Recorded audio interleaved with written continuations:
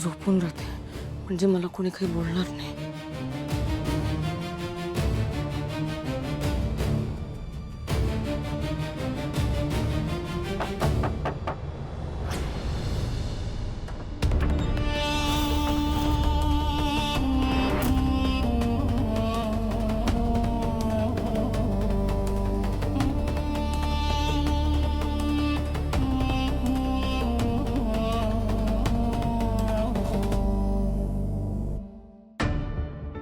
माया, काय झालं?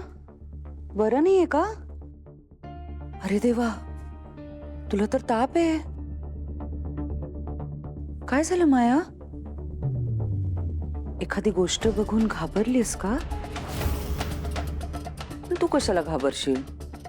तू तर घरात आत्मा वगैरे बोलवतेस. तुला कशाची भीती नाही का? चल उठ उठ उठ उठ उठ. नको मॅडम. उठ म्हणलं ना.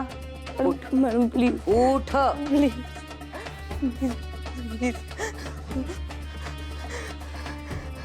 तुला माझं एक काम करायचंय माया.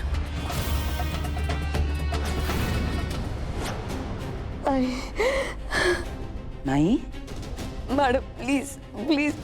मी तुम्हाला खूप मदत केली. अहो मीराने तो खडा नदीत कुठे टाकला ते सुद्धा मी तुम्हाला सांगितलं. आता बस, आता बस मॅडम. प्लीज प्लीज प्लीज मला मला माझा हिस्सा द्या आणि मला या सगळ्यातून मुक्त करा. मला अजून नाही करायचंय का प्लीज. अरे, सगळ्यांनाच मुक्त व्हायची घाई झालीये. पण माया, तुला इतक्या लवकर मुक्त होता येणार नाही. तुझी सुटका नाही. कारण तू माझ्यासाठी काम करतेस आणि म्हणून तुला माझं एक काम करायचंय. आणि तुझं दुर्दैव असं आहे की तू माघारी घेऊ शकत नाहीस. सांगते सांगते सांगते काय काम करायचं सांगते ना. घाई काय आहे?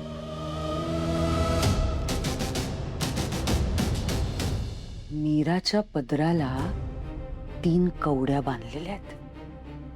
तुला काय करायचंय? तुला तिला कळू न देता त्या कवड्या काढायच्या आहेत आणि माझ्याकडे घेऊन यायच्या आहेत. आणि मग आपण एका ठिकाणी जायचंय. कुठे? कुठे? आता तुला सांगू की नको? नाही, सांगते की. तुला पण तर यायचंच आहे माझ्यासोबत, माझ्या मायावी विश्वात.